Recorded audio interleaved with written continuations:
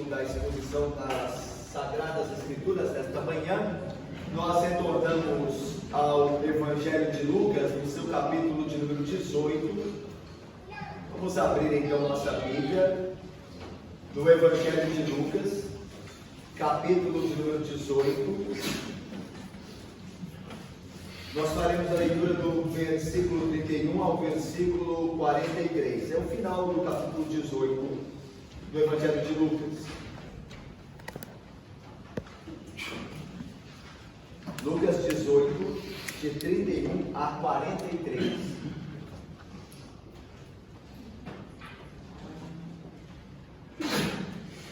Foi a leitura, irmãos? Os irmãos, por favor, a acompanhem.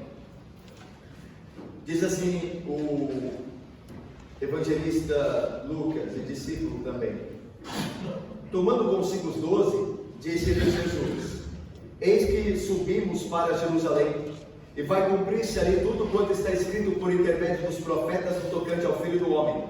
Pois será ele entregue aos gentios, escarnecido, ultrajado e cuspido, e depois de o açoitarem, tirar-lhe-ão a vida, mas ao terceiro dia ressuscitará. Eles, porém, nada compreenderam acerca dessas coisas, e o sentido destas palavras era-lhes encoberto, de sorte que não percebiam o que ele dizia.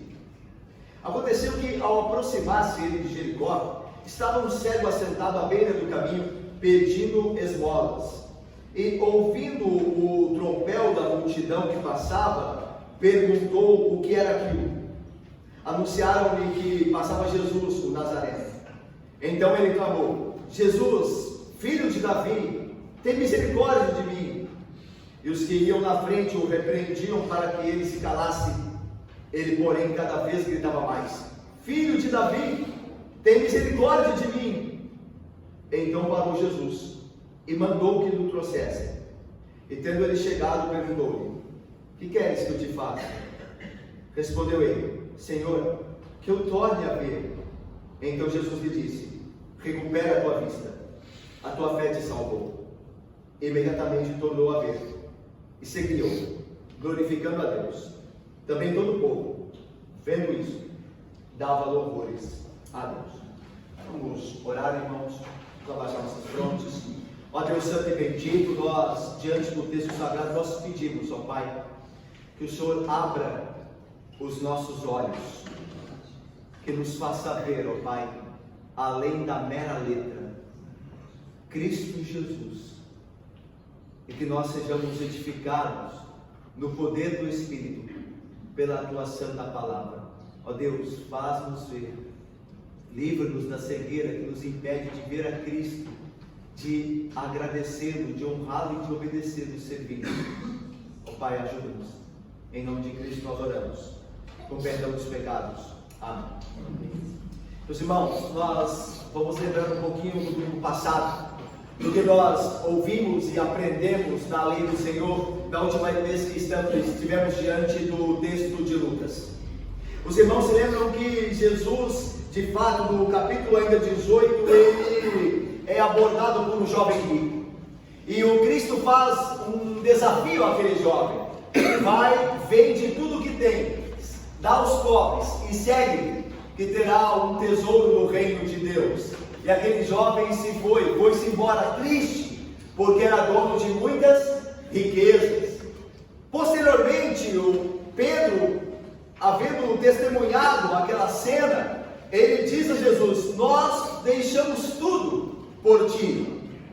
E Jesus disse: é verdade que todo aquele que deixar pai, mãe, família, irmãos e filhos por amor de mim, receberá agora muito mais, muitas vezes mais, e por fim receberá a vida eterna.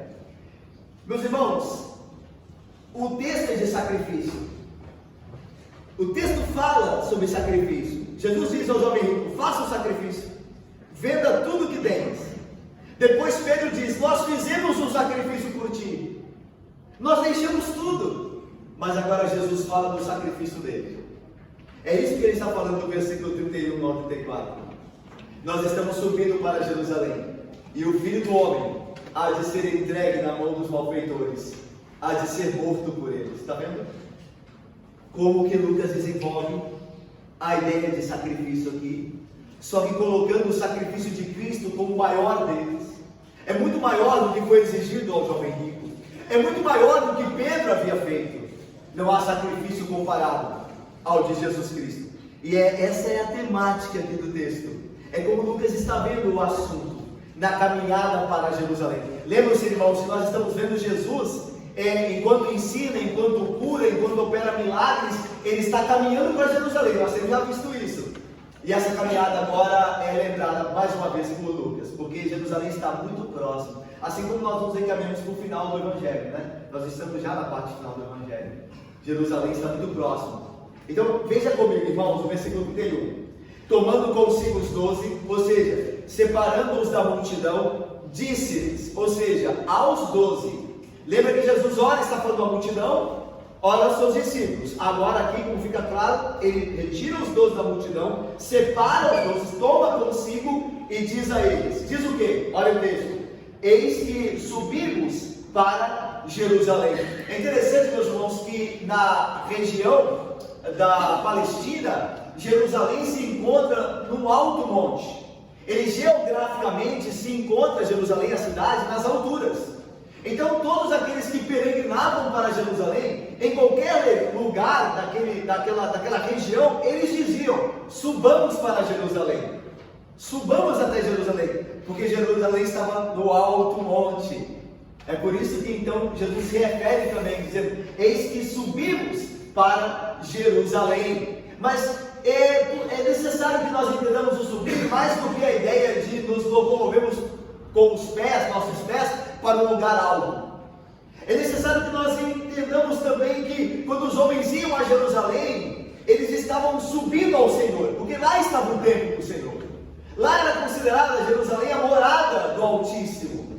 Portanto, a ideia de subir a Jerusalém é subir até Deus, é ir até o Senhor, o Altíssimo, e ali oferecer sacrifício. E é o que Cristo está fazendo. Veja, eis que nós subimos para Jerusalém, e Ele vai oferecer o sacrifício da própria vida ao Altíssimo. Então essa ideia também está incluída nesta frase que Jesus diz: subamos, estamos subindo para Jerusalém.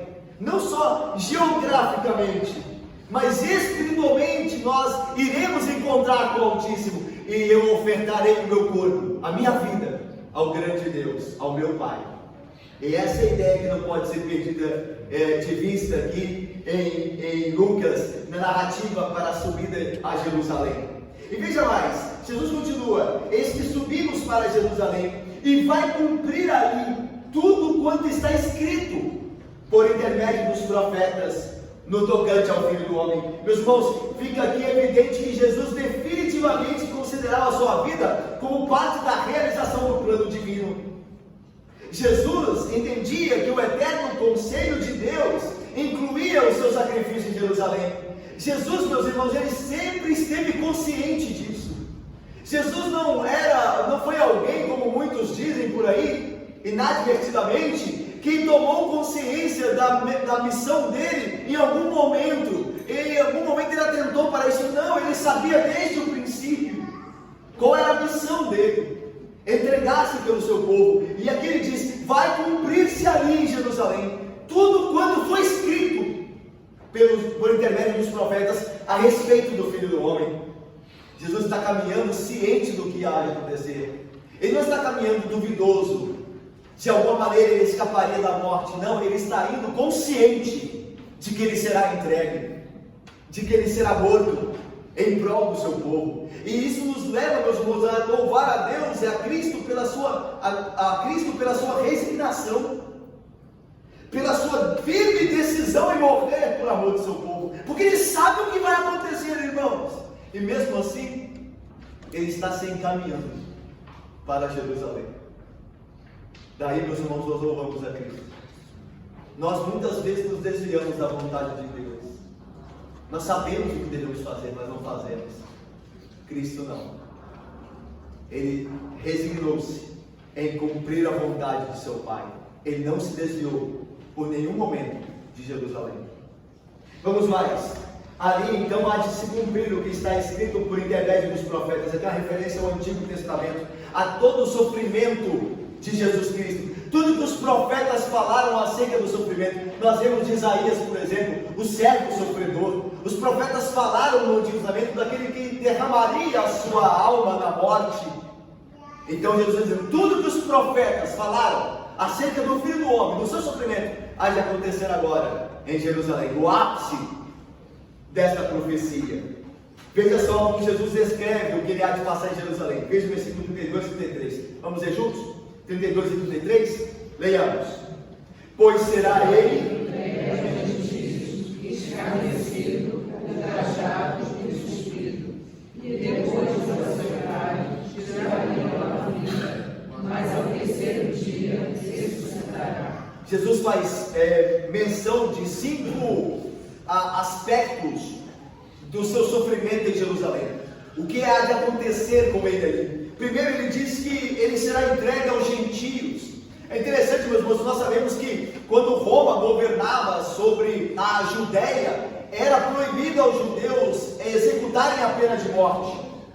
Era de fato da autoridade dos romanos fazê-lo. Se alguém precisava ser executado em Jerusalém por quebrar alguma lei, então os judeus tinham que recorrer a Roma, na pessoa de Pilatos. Daí então vão levar Jesus a Pilatos, para que Pilatos decida se ele morrerá executado ou não. É por isso que Jesus Cristo então diz, ele será entregue, o Filho do Homem, uma referência a ele mesmo, ele será entregue aos gentios, ou seja, aos romanos, como de fato aconteceu. Foi Pilatos que em última instância decidiu crucificar a Cristo, de maneira muito omissa e covarde, lavando as suas mãos como se não fora culpado. Mas é Pilatos que decide.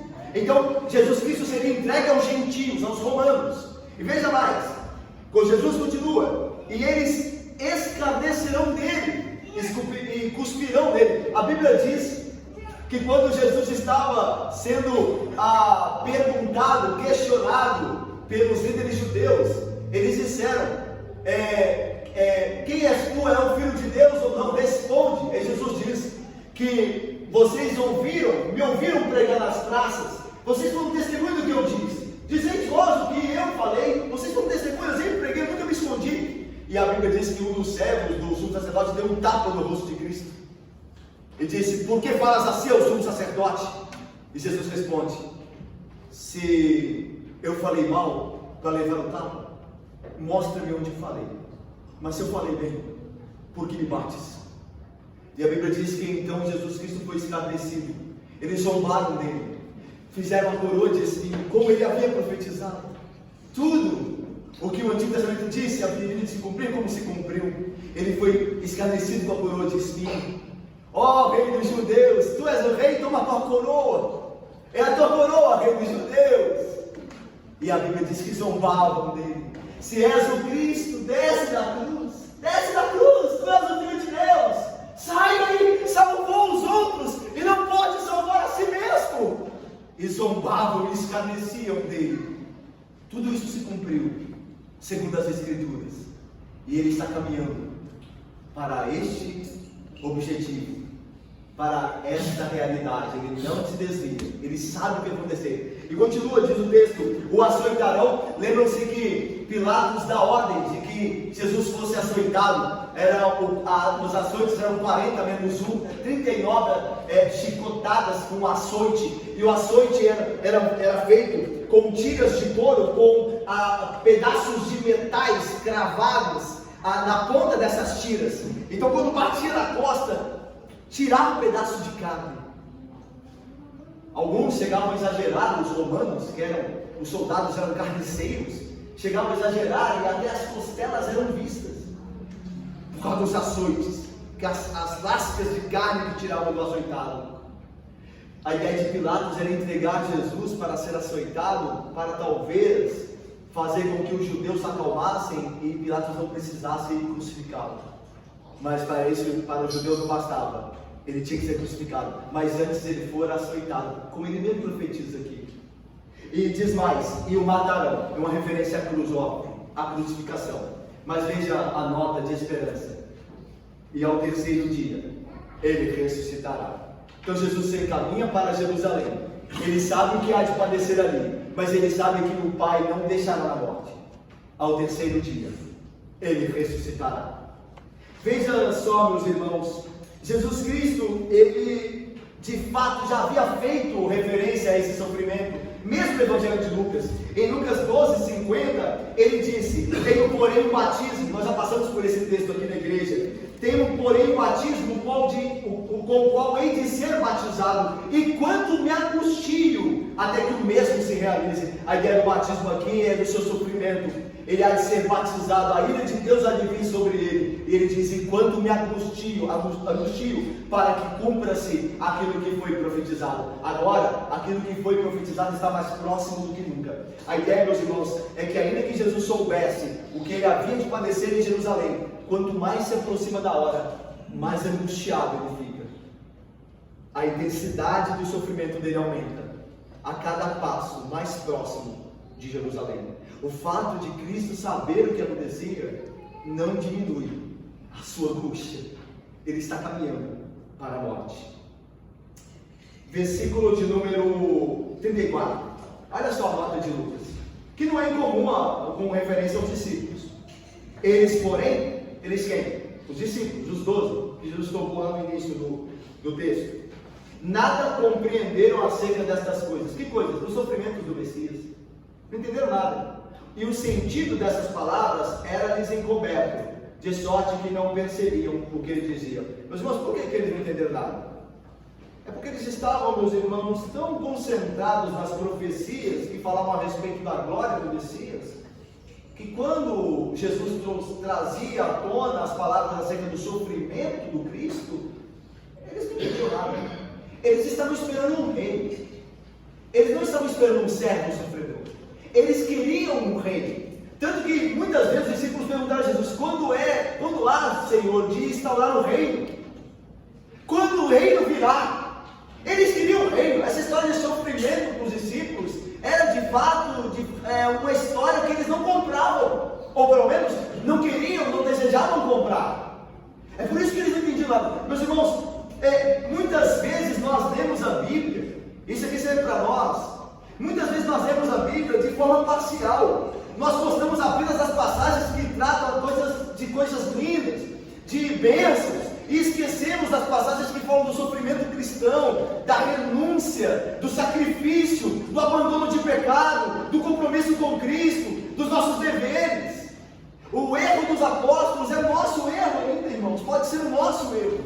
Nós lemos a Bíblia fazendo de fato destaques daquilo que nós mais queremos. É por isso que há tantos erros na igreja. É por isso que há igrejas tão distantes do Evangelho, porque nós temos uma leitura seletiva da Bíblia. Nós temos o que queremos, e quando alguém fala ao contrário, nós dizemos: isso não é bem interpretado, isso não foi bem interpretado, essa é a sua interpretação, isso aí você está corrompendo a Bíblia, quando alguém fala o que nós não queremos ouvir. A nossa leitura é seletiva, e a dos discípulos e apóstolos também era. Eles não entenderam nada, porque eles não queriam entender essas coisas, eles não queriam conhecer o sofrimento. Veja só agora o versículo 35. E aconteceu que ao aproximar-se ele de Jericó. Então acompanhe comigo aí, irmãos. Jesus está vindo da Galileia, no mapa lá de Canaã, norte, lá de cima. E lembra que ele vai passar por Samaria, mas eles não recebem, lembra? Eles não recebem Jesus em Samaria, porque Jesus está indo para Jerusalém, tem um culto rival, eles não querem Jesus ali. A não ser que Jesus adorasse lá, mas Jesus está indo para Jerusalém. Então eles expulsam Jesus de certa forma da região. Aí Jesus vai pela Pérea, lembra? Ele atravessa o Jordão, como nós vimos, e desce a Pérea. Agora ele vai entrar novamente em Canaã pela Pérea, cruzando os vales do Jordão. Ele vai atravessar o Jordão nos vales, a parte que dá para atravessar a pé, você não precisa nadar, né? Entrar no Jordão, você pode atravessar molhando os pés, você atravessa o val do Jordão, e então ele vai entrar lá novamente em Canaã, na parte ocidental de Canaã. E a primeira cidade qual é? Jericó. Jericó está próximo do Rio Jordão, a primeira cidade. Tanto que lembram Josué? Quando Josué sai da Transjordânia para entrar em Canaã e começar a batalha, a guerra santa ali, qual a primeira cidade? Jericó. Jesus então vem da Pérea, cruza o Jordão e aproximando-se de Jericó. Jericó estava muito próxima de Jerusalém. A viagem era cerca de um dia. Então ele está muito próximo de Jerusalém, mas primeiro ele tem que passar em Jericó. Então veja o texto. Aconteceu que ao aproximar-se ele de Jericó, estava um cego assentado à beira do caminho, pedindo esmolas. É interessante, irmãos, rapidamente aqui, que no grego, no texto grego, diz assim: entrando ele em Jericó. Aqui tem aproximando-se de Jericó. A ideia é essa, né? Aproximar, entrar. Está próximo da cidade, da entrada. Só que Mateus e Marcos dizem assim: saindo ele de Jericó. Quando eles contam a mesma história, eles estão narrando o mesmo fato. Mateus, Marcos e Lucas. Só que Lucas diz que Jesus está entrando em Jericó. Quando nós vamos a Marcos e Mateus, eles dizem saindo de Jericó. Aí os inimigos da Bíblia dizem assim: olha, a Bíblia errou, porque em um evangelho ele está entrando, nos outros dois ele está saindo. E aí? Meus irmãos, é fácil de resolver com estudo.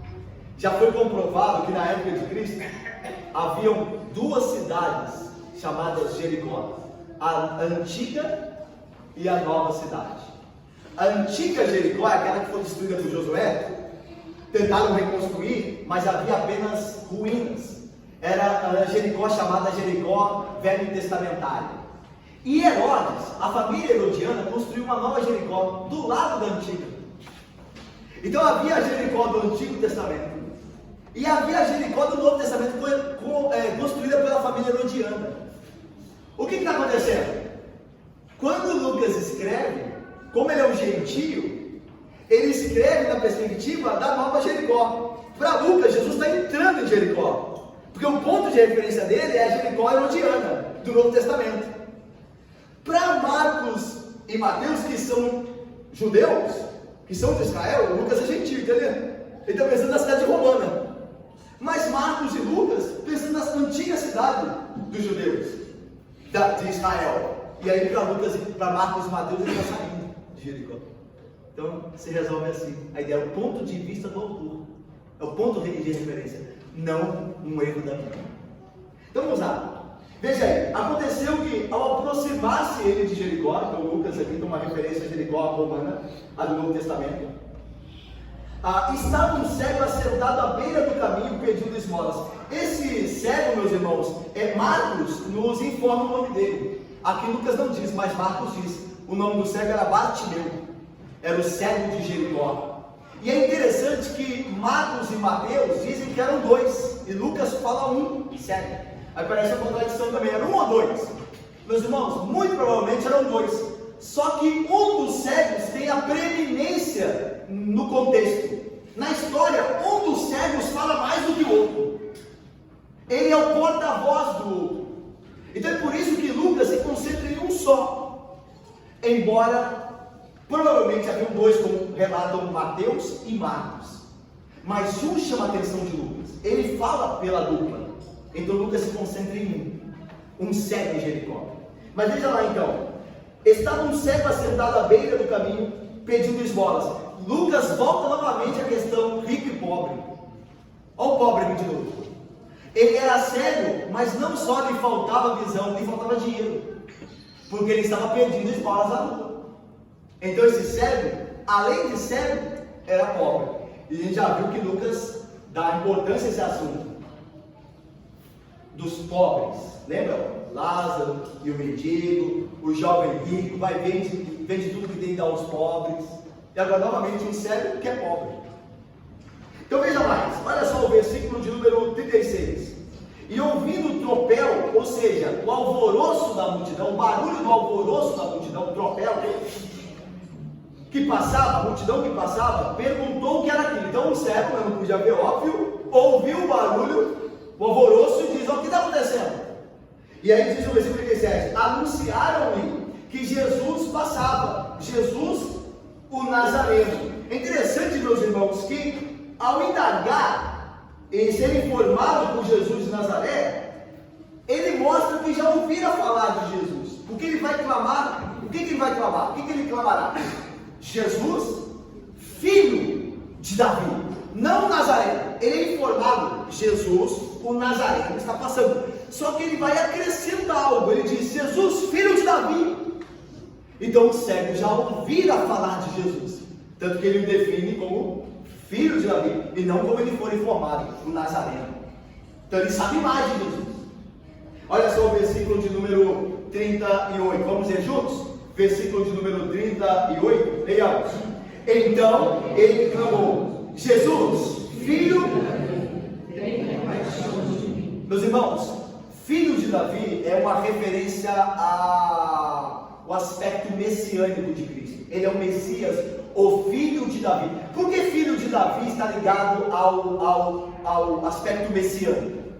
Porque é o filho de Davi que se espera que reine. Olha o que na Bíblia, tem vários textos, mas eu separei um. O Salmo 89 diz assim, Deus diz assim: fiz aliança com o meu escolhido. É o Cristo. O Cristo é o escolhido, é o ungido, o Messias. Fiz aliança com o meu escolhido e jurei a Davi, meu servo. Jurou que é Davi, Deus: para sempre estabelecerei a tua posteridade. Olha o filho de Davi. Fiz compromisso, uma aliança com o meu escolhido, e disse a Davi, meu servo: a tua descendência assentar-se-á no trono para sempre. Daí a ideia que o escolhido, o Messias, o ungido, vem da descendência de Davi. Daí a ideia de filho de Davi ser o Messias. Nós esperamos o filho de Davi, aquele do qual se fala nas Escrituras que o reino dele não passará. Então daí o cego diz: Jesus, filho de Davi. O que o cego está querendo dizer? Jesus, Rei eterno, Messias esperado, Cristo ungido, o escolhido de Deus, tem misericórdia. Tudo isso filho de Davi. Tudo isso em filho de Davi. Aquele que haveria de vir e reinar com o cetro de justiça para sempre. Veja, meus irmãos, o ponto aqui. O que os discípulos não entendem, o cego sabe muito bem. Os que veem não entendem. Jesus fala do sofrimento e Lucas diz: eles, porém, os apóstolos, não entenderam nada do que ele dizia. Mas o que não vê, entende tudo. Filho de Davi, o Messias, que prometeu ao Antigo Testamento, tem misericórdia de mim. É o cego que vê. E os que pensam que veem, estão cegos. Veja só, versículo de número 39. E os que iam na frente o repreendiam para que se calasse. A mesma dinâmica das crianças. Levavam as crianças até Jesus e os discípulos e apóstolos impediam que as trouxessem. Parem de trazer. A mesma coisa aqui. Jesus estava cercado de gente também que atrapalhava muito. Né? Às vezes na igreja também pode haver. Né? Gente que ao invés de ajudar, atrapalha. Jesus estava cercado de pessoas que infelizmente atrapalhavam muito. Olha, não incomode. Por que esses homens não queriam que o cego clamasse? Nós podemos pensar em algumas coisas aqui que são possibilidades, embora Lucas não nos diga. Olha, meus irmãos, o povo queria chegar rápido em Jerusalém. Lembra que a perspectiva messiânica do rei e não do sofredor era mais forte? Eles queriam o rei de Jerusalém. Por isso, olha, vamos lá para Jerusalém, vamos resolver esse negócio com os romanos. Vamos tirar os romanos do poder, vamos estabelecer o reino de Judá, o reino de Israel com Cristo, com o Messias. Vamos logo. E qualquer empecilho atrapalhar no plano. Olha, pare, não cambie agora, não, que eu estou falando um negócio sério aqui. Nós estamos indo para Jerusalém. Era uma possibilidade. A segunda é que os homens sabiam que proclamar Jesus como Cristo era uma ofensa às autoridades, e eles não queriam problema. Pare de falar que ele é o filho de Davi. Algum fariseu aí vai ouvir e vai denunciá-lo. Pare de clamar. Era uma possibilidade também. Lucas não nos diz, mas nós podemos pensar em algumas coisas. Mas a verdade é que quanto mais tentavam impedir o cego de clamar, mais ele clamava. Olha aí o versículo de número 39, na segunda parte. Ele, porém, cada vez gritava mais: filho de Davi, tem misericórdia de mim. Lembra da parábola que nós vimos há pouco tempo, do juiz Iníquo? Da mulher que batia na porta dele? Atende a minha causa, atende a minha causa. Aí o juiz diz: eu vou atender logo, porque essa mulher vai me agredir aqui se eu não atender. Aí Jesus diz: e observai esta mulher, a maneira que ela pede incessantemente até conseguir. Se o juiz iníquo atendeu a mulher, quanto mais vosso Pai vos atenderá. É o que o Sérgio está fazendo. Lucas, Judas está para mostrar a fé perseverante, a oração perseverante. Eles tentavam impedi-lo de orar, de clamar a Cristo, que é uma oração. E ele cada vez clamava mais. Essa é a ideia. Há muitas coisas dos irmãos que colaborando neste mundo mal para que nós não oremos. Sabe por quê? Porque quando nós oramos, Deus trabalha. Uma das coisas que Satanás deseja mais é que nós não oremos, que você não ore. Ele deixa até você ler a Bíblia. O próprio Satanás citou a Bíblia, mas você nunca viu Satanás orando. Satanás não orou, mas você já viu ele citando a Bíblia. É porque através da oração é que a Bíblia é aberta aos nossos olhos. Muita gente lê a Bíblia e não entende nada. Os discípulos da Bíblia, eles ouviram assim, não entenderam nada. Mas a oração, Deus trabalha quando nós oramos. E o que Satanás deseja é que você não ore, que você esteja tão envolvido com este mundo, que você não tenha tempo para orar e despreze a hora de oração. Há muitas forças desse mundo, não se engane, que estão contrárias à oração dos santos. Mas quanto mais eles tentavam impedir que o cego clamasse, mais ele orava. Filho de Davi, tem misericórdia de mim. Então parou Jesus, versículo 40, e mandou que lhe o trouxessem. Provavelmente os mesmos homens que impediam. Deu ordem aos mesmos: olha, parem de impedi-lo e tragam-no aqui. E eles o trouxeram a Jesus. E tendo ele chegado, Jesus perguntou a ele: é lindo isso aqui, né? O que queres que eu te faça? A gente já falou de Deus assim, quando Jesus faz pergunta, né?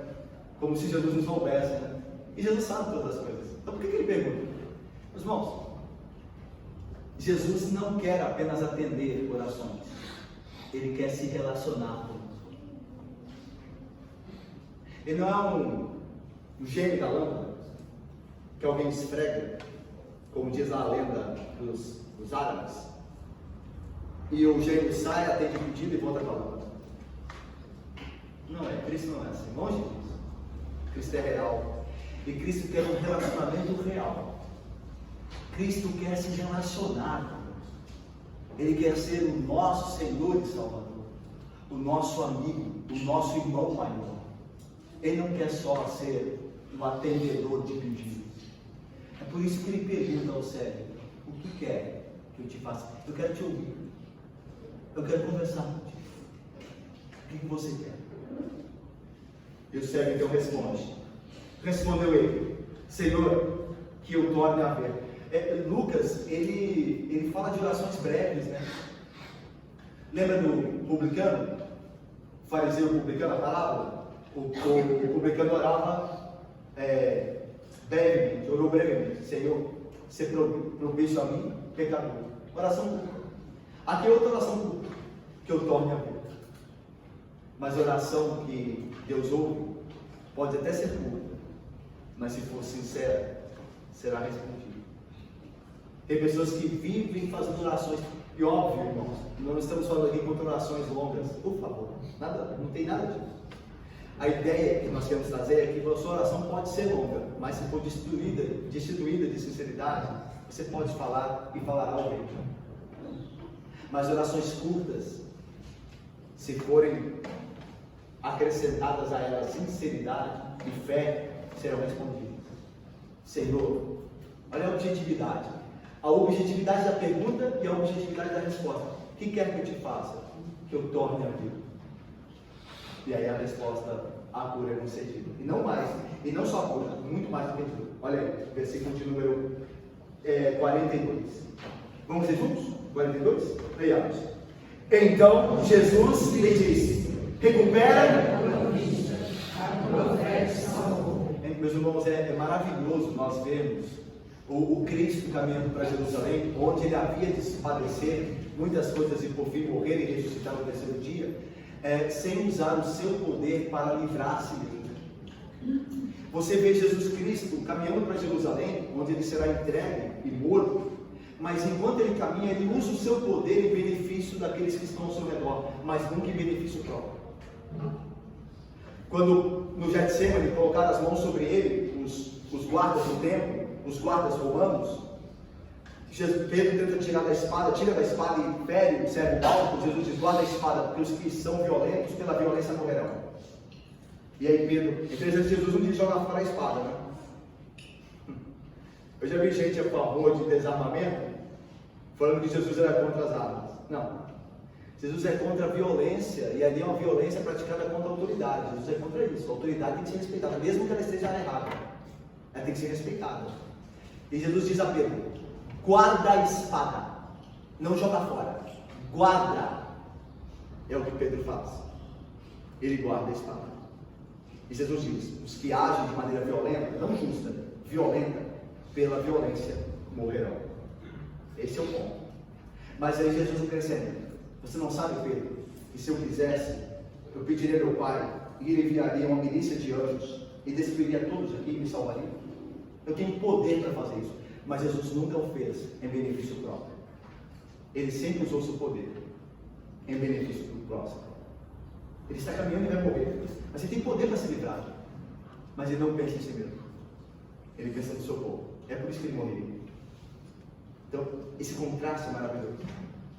Enquanto ele caminha para a sua morte, ele concede vida aos que estão no caminho. Não é pela morte dele que nós temos vida. Se ele vivesse, nós morreríamos. Mas ele morre para que nós vivêssemos. Jesus então diz: recupera a tua vista.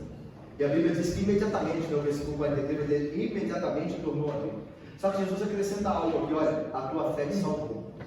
Aquele servo, meus irmãos, o que dá a entender o texto, ele não voltou para casa apenas vendo, ele voltou para casa salvo. Ele é diferente daqueles leprosos que nós vimos, lembra? Daqueles 9 leprosos que foram curados, um só voltou para dar graça a Deus, os outros, eles voltaram para casa limpos da lepra, mas eles voltaram ainda condenados. Eles não voltaram a Cristo. Tem muita gente, você ser abençoado fisicamente, ter saúde, ser livrado de doenças, eu e você, não é sinal de que Deus ama salvificamente. É sinal, certamente, de que Deus ama, faz o bem até mesmo a ímpios, até mesmo a condenados. Deus faz o bem até mesmo a quem não ama. Mas aquele que Deus ama, Ele salva. Por isso diz aqui: recupera a tua vista, a tua fé te salvou. Meus irmãos, Deus fez muito mais aquele servo. Deus salvou aquele servo. Não só o fez tornar a ver, mas o deu vida espiritual, fez-o enxergar espiritualmente Cristo, o Salvador. E isso fez com que ele fosse salvo. Pela graça, ele foi salvo. É interessante que Deus diz: a tua fé te salvou. A fé é dom de Deus. A fé não é nossa propriamente. A Bíblia diz que a fé é dom de Deus. Mas Jesus diz assim: a tua fé. Aí alguém poderia dizer, se tivesse lá um brincadeira, né, irmão? Um hipercalvinista, fala: não, a fé dele não, a fé é do Senhor, foi o Senhor que deu para ele. Tem gente que é assim: não, olha, não sou eu que escolho, é Jesus que me escolhe. Na verdade, as duas coisas. E Jesus te escolheu para que você o escolhesse. Uma coisa não anula. A soberania de Deus não anula a responsabilidade humana. Os homens não pagarão por aquilo que fazem? Ou vão colocar por que Deus? Porque Deus decretou assim. Não, Deus decretou, mas a responsabilidade é tua e minha. A mesma coisa com relação à vida eterna. Ele decretou sermos salvos, mas isso inclui santificação da nossa parte, aumento da fé, crença, confiança. Isso tudo Deus opera em nós. É nosso pela graça dele. Ele nos deu, por isso é nosso. Por isso Jesus diz: a tua fé te salvou. Ele é tão bondoso que ele diz assim: ó, é só fé nada, eu te dei. Não, eu te dei, é verdade. Mas ela é tua, e você a tem exercitado. A tua fé te salvou. Não fica confiando, irmãos, que se você e eu nos exercitamos a fé, ela vai brotar do nada. Isso não vai acontecer, tá? Deus nos deu uma fé, cabe a nós exercê-la. Cabe a nós torná-la forte, crermos mais, confiarmos mais, ok? Deus nos deu, mas nós devemos exercê-la, certo? Veja só, versículo 43 terminando. Imediatamente tornou a ver. Ou seja, irmãos, no momento de cegueira total, no momento seguinte, visão perfeita. Mas não poderia deixar de ser diferente, não é assim? Não é Jesus Cristo aquele mesmo que disse no início de tudo: haja luz, e houve luz, torne a ver. E ele voltou imediatamente a ver. Maravilhoso, não? Maravilhoso, não? Jesus Cristo é Deus, o Deus que criou o mundo. Haja luz, e houve luz. É o mesmo Deus que disse: torne a ver. E imediatamente ele viu a luz, porque Jesus é o próprio Deus. E veja mais, olha como ele se converteu de fato. Olha como ele, a salvação traz fruto, não traz? Olha aí o fruto. E seguiam glorificando a Deus. Aí ele foi salvo, mas ele não disse: olha, muito obrigado, eu vou tomar o meu caminho agora. Ele seguiu, passou a seguir Jesus. Ele glorificava a Deus. Não é o fim da salvação? Qual é o fim principal do homem? Glorificar a Deus e ter a alegria dele para sempre. E seguiam o ex-sério, porque foi salvo, o profeta salvou. Olha o fruto. Ele passou a seguir Jesus e glorificar a Deus. Houve salvação deste homem, pela graça de Deus.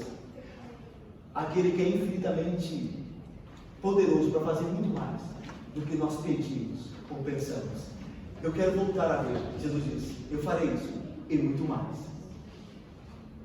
Versículo de número 43. Também todo o povo, vendo isso, é interessante de ver, né? Todo mundo está vendo agora. Todo o povo, vendo isso, dava louvores a Deus. Como nós falamos, esse é o fim último do homem: dar louvor a Deus. É para isso que Cristo veio, para glorificar o Pai que está nos céus. Pai nosso que está nos céus, santificado seja o teu nome. E todo o povo, vendo o que Jesus fizera, louvou a Deus. Meus irmãos, nós tiramos aqui 3 aplicações desse texto. Vamos a elas então.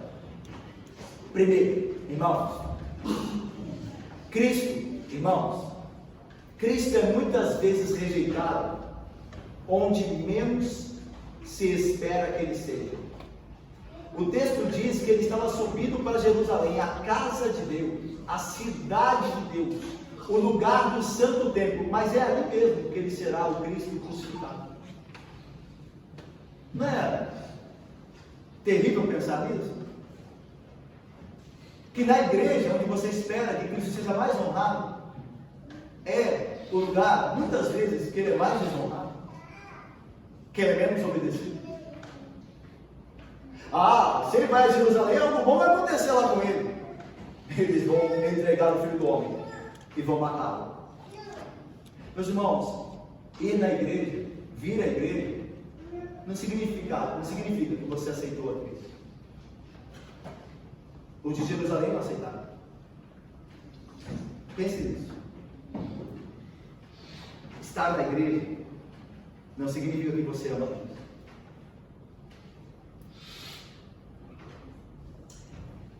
Segundo, assim como todas as promessas foram cumpridas em relação à morte do Senhor, lembra? Tudo que falou os profetas há de ser cumprido em Jerusalém. Isso é uma referência à morte. Assim também todas as promessas com relação à vinda de Cristo e seu juízo também serão cumpridas. Do mesmo modo, irmãos, que nós vimos as profecias serem cumpridas na morte de Cristo, nós podemos confiar que as profecias, as promessas acerca da sua vida, segunda vinda, e o seu juízo também se cumprirão. E você crê nisso? Você vive nessa esperança? Você vive nessa certeza? Você vive para a segunda vinda? Porque ela se cumprirá, assim como se cumpriu a segunda vinda. Meus irmãos, e assim como os apóstolos não entendiam nada acerca do sofrimento, quando Jesus falava sobre a profecia do sofrimento, muitos não querem entender nada, mesmo dentro da igreja, acerca da sua vida. Estão amando tanto este mundo que não querem saber mais da vida de Cristo, não se importam mais com isso. Mas isso não diminuirá a verdade do fato: Cristo retornará triunfantemente, e nós devemos estar, meus irmãos, pela graça dele, preparados. Ok? Isso há de se cumprir. Terceiro e último, meus irmãos, cegos que veem, enquanto muitos que dizem ver são cegos. Olha o que Jesus diz a João depois que ele cura um cego em Jerusalém. Esse cego veio de Jericó, mas lá em João ele vai curar um cego lá na cidade. Olha o que diz o texto. Prosseguiu Jesus: Eu vim a este mundo para juízo, a fim de que os que não veem, vejam. Aconteceu bem sincero aqui de Jericó. Ele não via, agora ele vê. E os que veem, ou que pensam que veem, se tornem cegos. Alguns dentre os fariseus que estavam perto dele perguntaram: acaso está dizendo que nós somos cegos? Está falando da gente? Aí Jesus respondeu: se vocês fossem cegos, não teríeis pecado algum. Mas porque vocês dizem, nós vemos, vocês são orgulhosos para dizer, nós sabemos todas as coisas, então o pecado de vocês permanece. Meus irmãos, nós, quando confessamos que não vemos nada, senão que Cristo é aquele que nos dá a vista, então verdadeiramente nós vemos. Se eu e você pensamos que sabemos tudo, que não precisamos da instrução, que somos pessoas sábias, que não precisamos nos submeter ao conselho divino, então na verdade nós somos cegos. Mas se eu e você nos entendemos como cegos, que de fato nós somos, então há a luz de Cristo em nós. Porque a primeira coisa que Cristo faz, irmãos, quando começa a eliminar alguém, é fazê-lo consciente da sua pecaminosidade, da sua fraqueza, da sua cegueira. A primeira coisa que ele faz é nos mostrar o quão cego nós éramos. Portanto, se você se entende um cego, que depende de alguém para te guiar, como cegos dependem, então você está vendo. Você finalmente está enxergando o que deve chegar a Cristo Jesus. Que assim Cristo, o próprio Deus, nos abençoe. Amém, irmãos.